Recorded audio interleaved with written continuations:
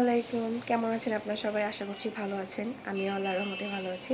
তো এখন বাজে হচ্ছে রাত ৮টা, আর আমার বোনের এখন বলছে কি যে ওরা খাপসা খাবে। তো এখন ওদের জন্য খাপসা রান্না করব। তো ঘরোয়া উপায় নর্মালভাবে আমি যেভাবে খাপসা রান্না করব সেটা আপনার সাথে শেয়ার করব। যে আপনারা দেখতেই পাচ্ছেন ওরা অপেক্ষায় আছে যে কখন খাপসা খাবে, অপেক্ষায় আছে যে আপু আমি খাপসা খাবো। তো চলুন ওদের জন্য খাপসা রান্না পাচ্ছেন। এখানে সব মশলাপাতি নিয়ে আমি চলে এসেছি। জাস্ট সিম্পল ভাবে আজকে রান্নাটা করব, বেশি মশলা লাগবে না, যা যা আছে এখানেই সব আছে। আর এই হচ্ছে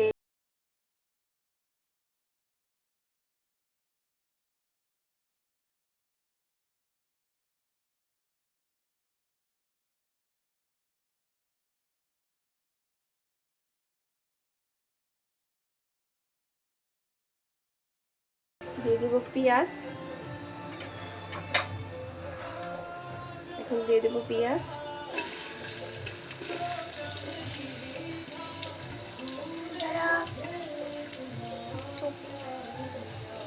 পেঁয়াজটা দিয়ে দিলাম, পেঁয়াজটা ভেজে নিব।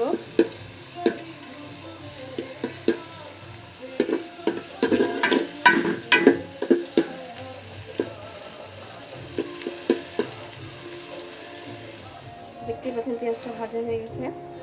তো এখন দিয়ে দেবো হচ্ছে আদা বাটা, দিয়ে দেবো আদা।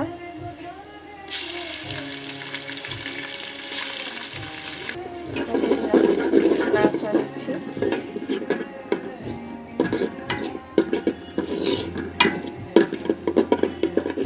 তো এখন দিয়ে দেব তেজপাতা, দারচিনি, লবঙ্গ, এলাচ।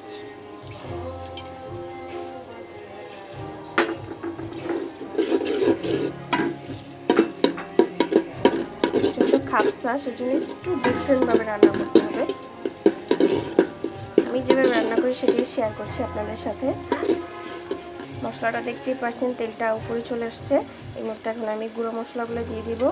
এখন দিব হচ্ছে লবণ, মরিচের ফাঁকি, জিরা গুঁড়ো, আর দিয়ে দিলাম একটু ম্যাগি মশলা, সামান্য একটু।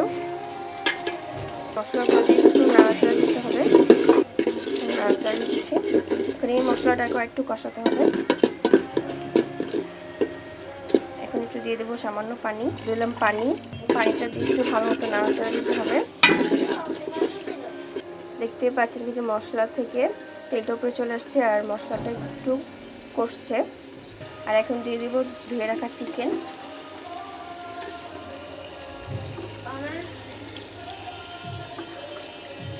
যাদের বাসায় একটু পুরো মাংস আছে তারা খাপসাটা রান্না করতে পারেন একটু করে দিয়ে। মশলার সাথে মাংসটা মিশাতে হবে ভালো মতো, মশলাগুলো মাংসের ভিতর ভালো মতো ঢুকে।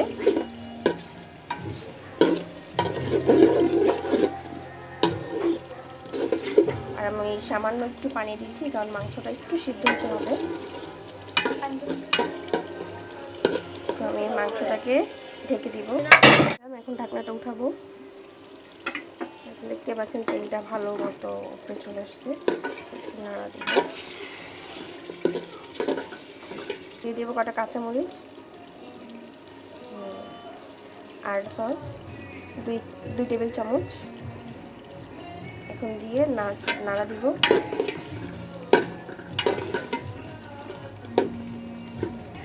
এখন আবার ঢাকনা দিয়ে ঢেকে দিব।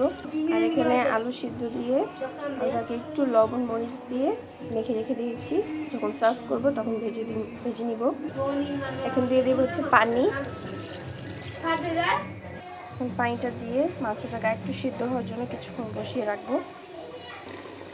ঝোলটা ফুটছে, মাংসটা একটু সিদ্ধ হচ্ছে। মাংসটা সিদ্ধ হওয়ার পরে মাংসটা উঠায় নিব। মাংসটা সিদ্ধ হয়ে গেছে, এখন মাংসটা উঠায় ফেলবো। চিকেনগুলো উঠিয়ে নিয়েছি। এখন আমি এর মধ্যে চালগুলো দিয়ে দিব।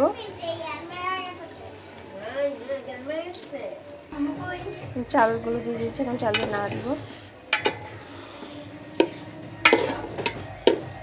চালটা ঝোলের সাথে মেশাতে হবে। চালটা ভাজা শেষ। এখন আমি বিরিয়ানি মশলাটা দিয়ে দিব, শাহি বিরিয়ানি মশলা, যে পিওরের শাহি গরম মশলাটা দিব।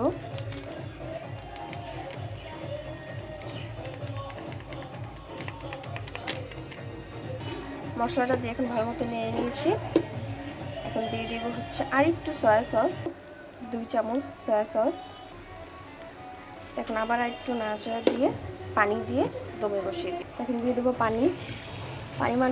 পানির পরিমাণটা আপনারা বুঝে দিবেন চাল অনুযায়ী। পানি দিয়ে একটু নাড়া দিয়ে তারপর ঢাকনা দিয়ে ঢেকে দেবো। তো ফাইনালি আমার বিরিয়ানিটা হয়ে গেছে। আর বিরিয়ানিটা অনেকটা ঝরঝরে আর কালারফুল আর ফ্লেভারফুল হয়েছিল, খেতে অনেকটা স্বাদ হয়েছিল। তো আমি যে কষানো থেকে মাংসটা উঠিয়ে নিয়েছিলাম সেটা এখন ভেজে নিব। আপনারা চাইলে ফুড কালার দিয়েও ভাজতে পারেন। আমার বাসায় শেষ হয়ে গিয়েছিলো, সেজন্য আমি আর ফুড কালারটা দিইনি। তো ফুড কালার ছাড়াই আমি চিকেনটা অনেক ভালো মতো ভেজে নিয়েছি। আর চিকেনটা ভালো মতো ভেজে নিলে খেতেও ভালো লাগে আর ডেকোরেশনটা অনেকটা সুন্দর হয়।